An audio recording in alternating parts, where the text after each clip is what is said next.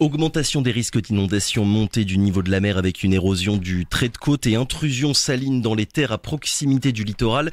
Les conséquences du changement climatique et de la montée des eaux auront des conséquences partout dans le monde et les outre-mer dont la Guyane n'y échapperont pas, quel que soit le degré de réchauffement de la planète. Et si on en parle ce matin, c'est parce qu'un rapport, un avis du CESE, Conseil économique, social et environnemental, s'intéresse justement au sujet.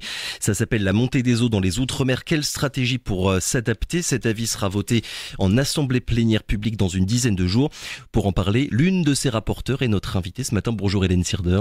Monsieur, bonjour. Et merci. Bonjour à toutes les auditrices et aux auditeurs également. Et bienvenue sur Radio Pays, Hélène Sirder. Merci beaucoup d'avoir accepté notre invitation pour parler donc de ce long rapport, plus de 140 pages dans lequel vous faites un état des lieux, on va dire, de chaque territoire ultramarin avec une présentation des solutions, des limites et des, je vous cite, évolutions indispensables, parce que les conséquences de la montée des eaux, il y en a déjà, mais il y en aura de plus en plus dans les années qui viennent.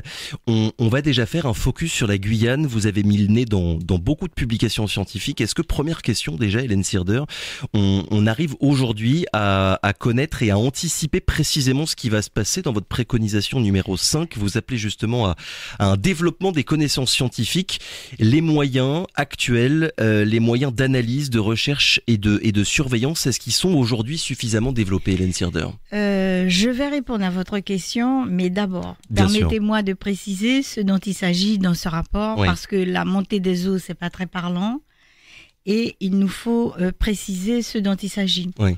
Alors, la montée des eaux, sachant qu'il s'agit d'un rapport qui concerne les Outre-mer, donc nous avons des territoires insulaires, avec un seul territoire continentale qui est la Guyane. Oui. Et l'avantage déjà de cet avis, c'est de présenter les conséquences de ce réchauffement climatique, à la fois sur des territoires insulaires, mais aussi sur le pays continental qui intéresse l'Amazonie, qui pourra intéresser des pays d'Afrique également, et l'approche. Les stratégies d'adaptation ne sont pas du tout les mêmes. Bien sûr, les conséquences ne sont pas les mêmes. D'ailleurs, tout au long du rapport, vous faites bien le distinguo entre d'un côté les territoires insulaires et de l'autre la Guyane. J'y ai particulièrement tenu parce que bien souvent, la Guyane est représentée par un petit point. Alors, on parle des îles, non. Et là, le sujet était quand même d'importance. Ça, c'est un premier point. La montée des eaux, il faut entendre la montée des eaux par une montée des eaux marines, donc qui vient de la mer, une montée des eaux qui proviennent de pluies intenses, également, nous connaissons ça, des pluies intenses extrêmes cumulées sur plusieurs jours, voire sur plusieurs semaines, qui entraînent donc des inondations dans les territoires communaux et également un débordement des fleuves chez nous, parce que nous en avons, amenant des populations à se déplacer, ce qui a déjà été fait, par exemple, sur le territoire de la Guyane. La particularité, c'est que l'eau marine, nous nous intéressons à la montée des eaux marines en particulier, bien que les fleuves ne soient pas oubliés. Cette montée des eaux, elle avance progressivement, lentement, invisiblement, mais c'est inexorable. Inexorable. Et fin en 2100, c'est-à-dire fin du 21e siècle et 22e siècle, nous aurons des paysages tout à fait différents. Parce que cette montée des eaux, elle va recouvrir des terres. Parce qu'elle se conjugue, et vous avez déjà une des conséquences du réchauffement climatique, c'est l'érosion côtière que nous voyons à Walaya-Limapo, fait sur toute la côte, Macoria, Kourou, Rémire-Montjoly. Donc, vous avez deux phénomènes qui résultent du réchauffement climatique, et nous aurons cette montée des eaux qui va recouvrir des territoires. Donc, nous nous dirigeons de la même façon que nous assistons aujourd'hui à un basculement géostratégique, un basculement de l'économie mondiale, un basculement sanitaire. Nous en avons eu la Covid, etc., alimentaire. Nous nous dirigeons vers un basculement, un changement de climat. Je n'aime pas le dérèglement. Ce mot, je ne l'aime pas parce que nous aurons un nouveau climat. Voilà. Avec des zones complètement inondées. Du côté des îles, elles seront complètement recouvertes. Et ça a déjà commencé. Dans ce rapport, nous mettons en exergue que certaines îles des Outre-mer, elles s'enfoncent. Il y a une montée des eaux, mais elles s'enfoncent. Donc, il est question de survie. Et puis, pour d'autres, nous aurons des territoires qui seront complètement inondés parce que l'érosion côtière fait que il n'y aura plus de plage, il n'y aura plus de rivage et que la mer va gagner sur la terre. Voilà. Donc vraiment, pour résumer les trois phénomènes, et vous avez commencé à les lister, les trois phénomènes qui touchent déjà, mais qui vont de plus en plus toucher la Guyane: risque accru d'inondation, montée du niveau de la mer, érosion du trait de côte et intrusion saline aussi dans les terres. Lorsque la mer, c'est une des conséquences de la montée des eaux, parce que lorsqu'elle va monter et qu'elle va recouvrir, par exemple, l'eau douce dans les estuaires, qu'elle va pénétrer, vous aurez une salinisation. Ça, c'est assez clair. Et d'ailleurs, lorsque vous avez... on l'a connu en période de sécheresse, parce que la sécheresse est aussi une des conséquences du réchauffement climatique, le problème de l'eau se pose tout de suite. Voilà. Et alors, réchauffement climatique, ça veut dire activité humaine. Ça veut dire il y a eu des activités humaines qui ont provoqué ce réchauffement climatique. Oui. Et là où je veux en venir, c'est que on a commencé par l'atténuation des gaz à effet de serre. Ça a été une trajectoire, une directive. On atténue, mais l'atténuation ne stoppe pas les phénomènes. Et il faut aujourd'hui se préparer à l'adaptation. Ouais, c'est ce que je disais tout à l'heure. Quel que soit le degré de réchauffement, les eaux finiront par monter. Les eaux vont monter. Elles sont dues. Cette montée des eaux est due à avec le réchauffement, vous avez des calottes glaciaires qui fondent, et puis une dilatation des océans qui gonfle. Donc de toutes les façons, ça ne s'arrêtera pas. 21e siècle, 22e siècle, c'est ça. Ce sont des nouveaux paysages. Et vous avez posé la question de savoir, c'est vrai que la question de la temporalité, de l'anticipation se pose. Vraiment. Et de la connaissance précise de ce qui va se passer. Alors, la connaissance, pour répondre maintenant à votre question, vous avez compris que dans les stratégies d'adaptation, il faut connaître déjà son territoire. Bien sûr. Alors, ce que nous mettons en avant, c'est bien sûr des directives nationales, mais la solution ne viendra que des territoires et que du local. C'est ça. Donc, il faut connaître son territoire et le zoomer, et le zoomer, et le zoomer. Pas seulement connaître de façon globale, mais à chaque fois. Et si je prends le cas de la Guyane, bien sûr, vous voyez, le littoral, il mesure combien ? Le littoral, il fait presque 450 km, m'a dit le directeur de l'EFPAG. Non, mais vous vous rendez compte. Et vous vous rendez compte que ce qui se passe à Walaya Limapo ne se passera pas du côté de Remire-Montjoly. Et si nous avons les mêmes conséquences, c'est avec des causes différentes. Oui. Donc, voilà. Donc, il faut zoomer le plus possible pour arriver à connaître précisément. Il faut zoomer avec toute l'incertitude qui est due, avec des connaissances scientifiques. Alors, la Guyane, on la connaît à 25% à peu près seulement. Il faudra s'y mettre, donc, nous faisons un appel aux scientifiques pour que les scientifiques soient beaucoup plus nombreux ici, en Guyane. Mais il faudra à chaque fois zoomer, faire de la recherche, de la recherche appliquée aussi. Et puis, il faudra qu'on écoute la parole des experts. Parce que bien souvent, des travaux sont faits. Et comme vous le savez, chacun aujourd'hui est devenu bien sachant. Et on n'écoute pas toujours ce que disent les experts. Donc déjà, mettre le paquet, mettre des moyens justement supplémentaires au niveau de la connaissance. Pour c'est pas ça. Connaître en fait, c'est savoir un peu ce qui va se passer. Voilà, parce que si on adapte, c'est parce qu'on connaît.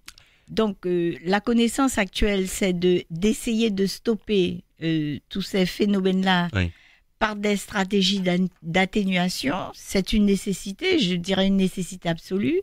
Ça veut dire quoi ? Mettre des ouvrages qui vont essayer de stopper tout ça, et l'érosion et la montée des eaux, mais fondés sur la nature.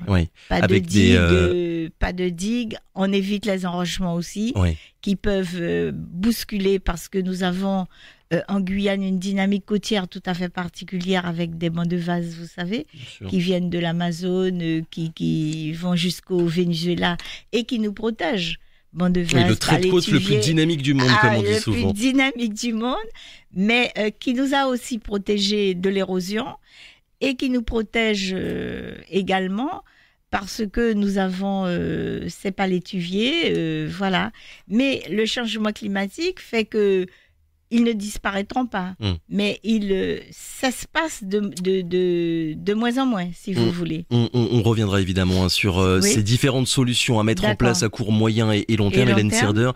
Concrètement, déjà, votre rapport, enfin votre avis, son objectif, c'est quoi? Est-ce qu'il y a d'abord et avant tout l'idée de dire non, c'est pas un problème si lointain que ça, il faut qu'on s'en occupe dès aujourd'hui? Écoutez, vous m'interrogez sur la connaissance scientifique. Il n'y a pas que la connaissance scientifique. Il faut que des décisions soient prises lorsque des déplacements de population sont envisagés. Bien sûr. Alors, je vous dis que des îles seront submergées. Ça a déjà commencé, par exemple, en Polynésie, où des atolls ont complètement disparu. Que deviennent les populations?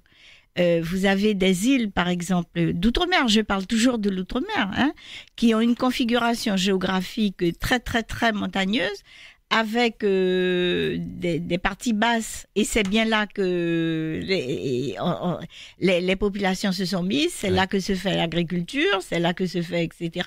Mais ça va être submergé. Donc on fait quoi?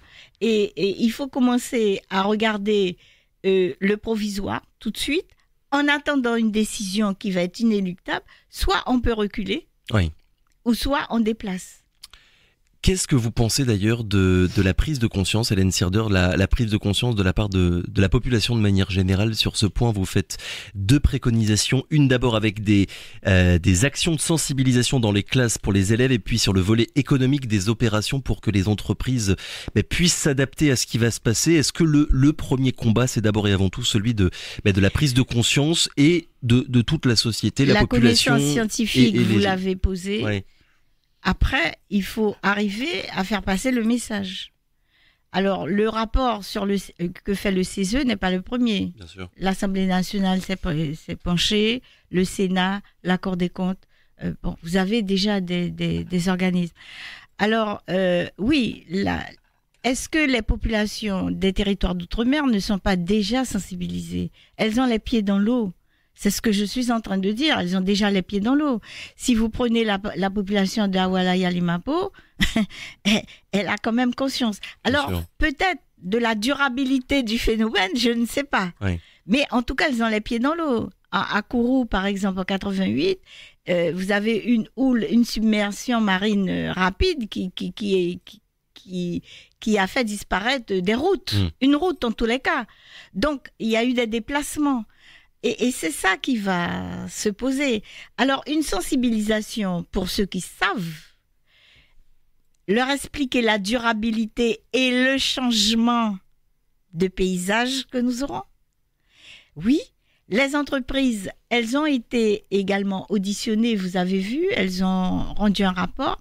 Il faut qu'elles s'intéressent à cette montée des eaux, que les salariés qui travaillent dans ces entreprises soient également interrogés à cette montée des eaux.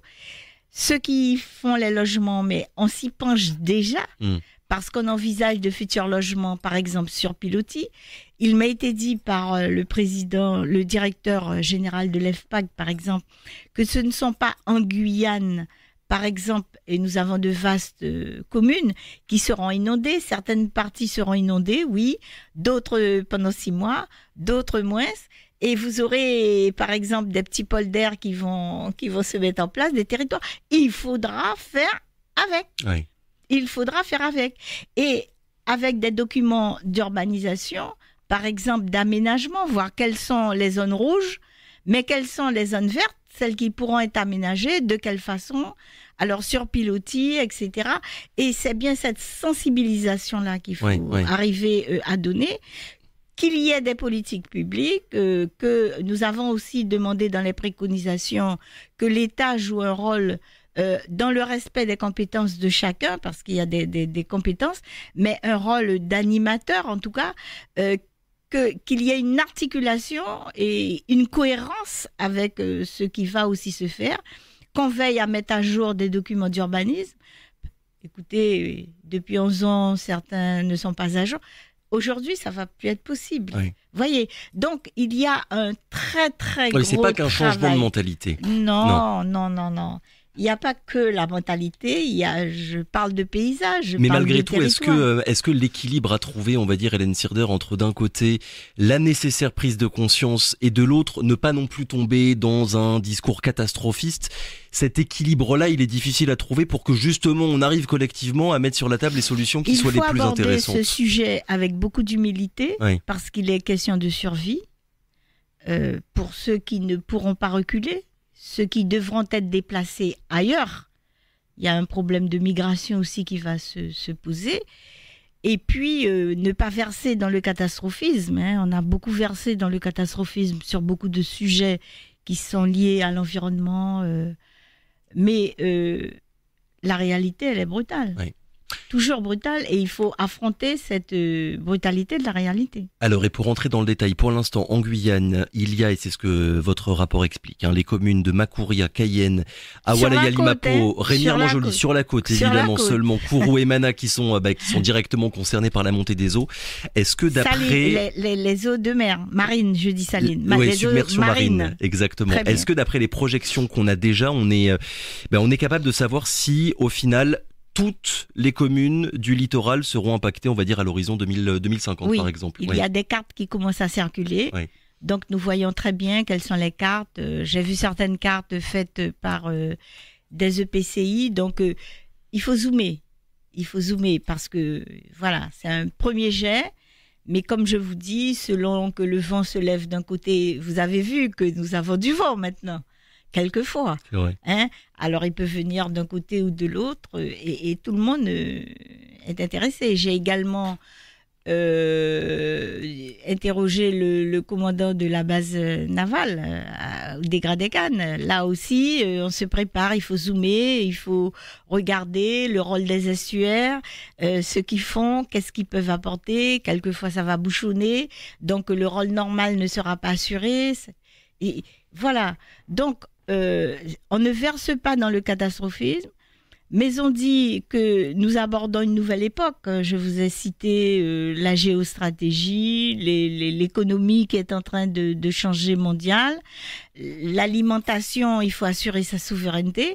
Donc, ce sont des sanitaires.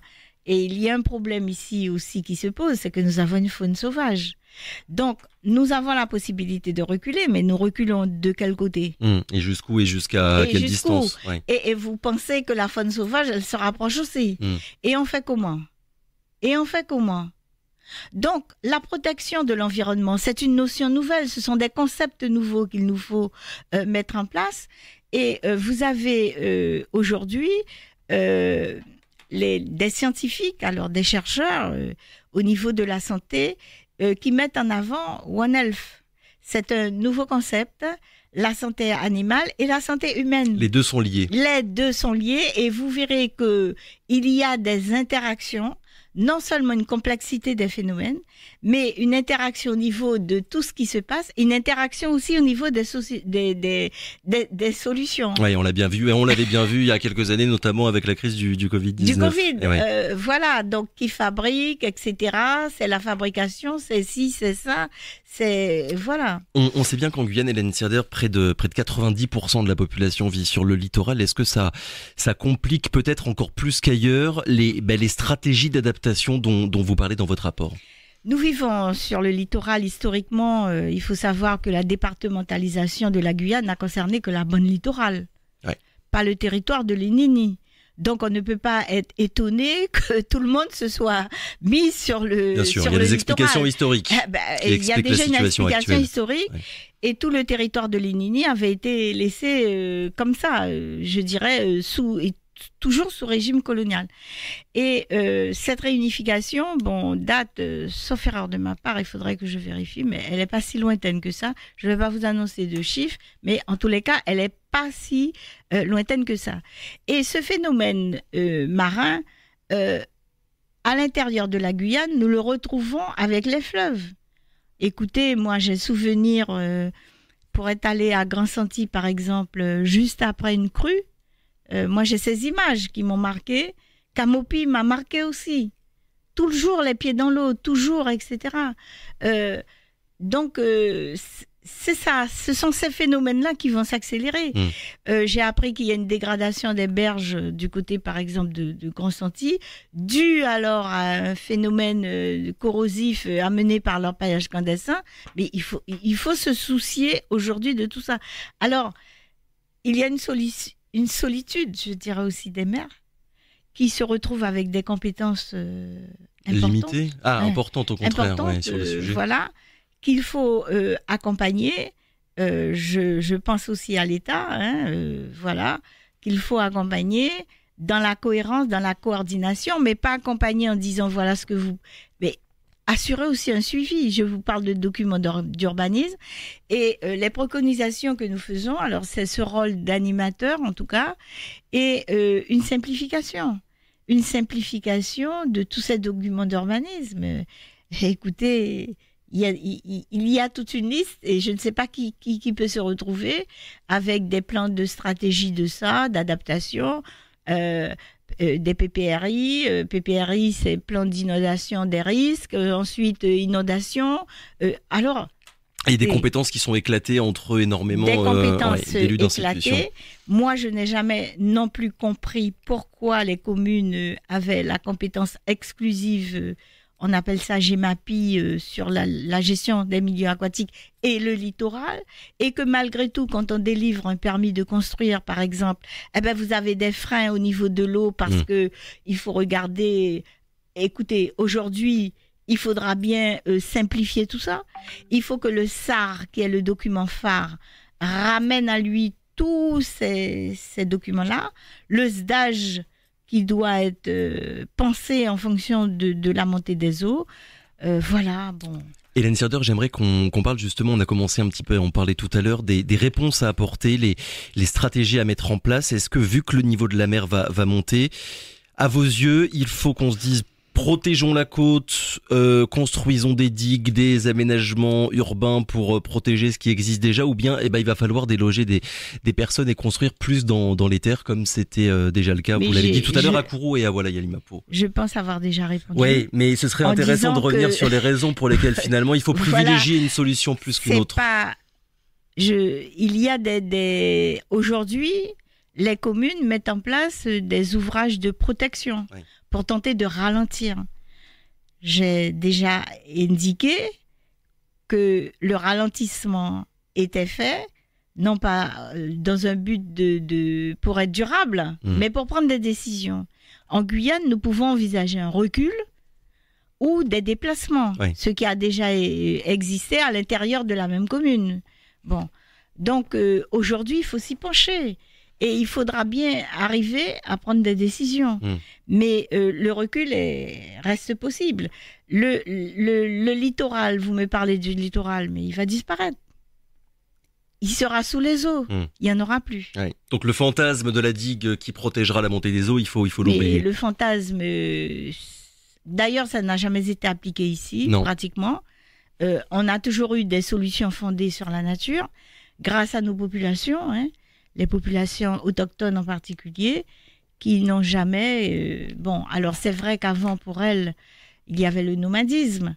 C'est un phénomène qui est connu, déjà. Donc elles partaient, elles revenaient. Mais aujourd'hui, elles sont sédentarisées. Sédentarisées parce qu'il a fallu se loger, amener l'eau, amener l'électricité, etc. Et cette sédentarisation fait que, allez, je peux plus partir. Mais on voyait bien qu'avant, il y avait des ouvrages aussi provisoires que l'on pouvait remettre en question. Bon, donc voilà. Donc il y a la connaissance scientifique. Oui, c'est un point d'ailleurs que vous mettez en avant, la connaissance des savoirs locaux et ancestraux. Des savoirs ancestraux qui sont importants, des savoirs locaux aussi qui sont également importants. Et c'est tout ça qui doit nous permettre d'avoir des solutions d'attente. Par exemple, vous avez des barrières anti-submersion du côté de Awala. On a imaginé la vie après, donc déjà ça commence, mais il faudra quand même se déplacer. Le maire et la population s'y attellent, avec des problèmes de financement, parce qu'il faut regarder ça. Et puis ensuite, lorsque je vous parle d'urbanisme, il faut prendre des décisions parce qu'il faudra zoomer sur des zones rouges et interdire les permis de construire, interdire des ventes. C'est pas la peine d'autoriser alors que vous savez que nous sommes en zone rouge. Alors, quant à l'indemnisation de ceux qui perdent leur maison, vous abordez un autre sujet qui est celui de l'assurance, par exemple. Qui indemnise? Parce que l'assurance, elle vous a dit que l'érosion du littoral et la montée des eaux ne font pas partie de nos risques d'assurance. Oui. Sauf si l'État y met un terme en disant il y a un état de catastrophe naturelle. Donc on l'applique pour tout le monde. Oui. Mais sinon, eux, ils vous disent que la gestion des risques ne sera pas supportable pour eux. Ça, c'est la version, c'est ce qu'ils disent. Et il faut prendre aussi en compte. Mais vous comprenez que ce que nous sommes en train, et ce que je suis en train de dire, c'est qu'il ne faudra pas mettre un pied dans une chaussure dans l'autre. Il faut se mettre autour d'une table et réfléchir en profondeur. Oui. Et tout refaire. Oui, parce qu'en tout cas, ce qui est certain, c'est que si on ne fait rien, ça coûtera dans tous les cas beaucoup plus cher que si on accepte de faire quelque chose aujourd'hui, évidemment, ou dans les années qui viennent. Alors, le devoir de vigilance, le devoir de précaution, il doit sauter. Dernière question, Hélène Sirdeur. On a parlé de la Guyane depuis tout à l'heure, mais votre rapport, on l'a dit, il s'intéresse à tous les Outre-mer qui seront tous impactés de manière évidemment différente. Est-ce qu'à vos yeux, les situations ultramarines, elles sont suffisamment prises en compte dans les politiques nationales, justement, sur toutes ces questions-là? Elles ne sont pas prises en compte. Vous devez vous en douter. Oui. Sinon, quand il y a des catastrophes, la situation des Outre-mer est tout à fait particulière. Elle est symbolique dans la mesure où nous décrivons des situations qui sont dues au réchauffement climatique. Réchauffement climatique dû à une industrialisation, une activité humaine. Nous pesons pas beaucoup, mais vraiment pas beaucoup. Et pourtant, nous sommes impactés. Oui. Les premiers, impactés durement. Et plus que dans l'Hexagone. Ce qui montre que l'inégalité, déjà, au regard de ce réchauffement climatique, et peut-être pour en terminer, que les pollueurs ne sont pas toujours les payeurs. Vous voyez, et cette inégalité, elle est là, et il faut aujourd'hui réussir à la gommer, quoi. Hélène Sirdeur, merci beaucoup d'avoir été avec nous ce matin. Je le rappelle, votre rapport, votre avis, la montée des eaux dans les Outre-mer, quelle stratégie pour s'adapter, devrait être voté dans quelques jours, c'est bien ça? Le 13 mai, exactement. Et il sera rendu public après? Oui, voilà. Il sera public après le vote. Je le dis pour que toutes les personnes qui vous écoutent ne le cherchent pas dès à présent. Il n'est pas encore disponible. Non, pas du tout. Il le sera dans quelques jours. Merci encore, très bonne journée.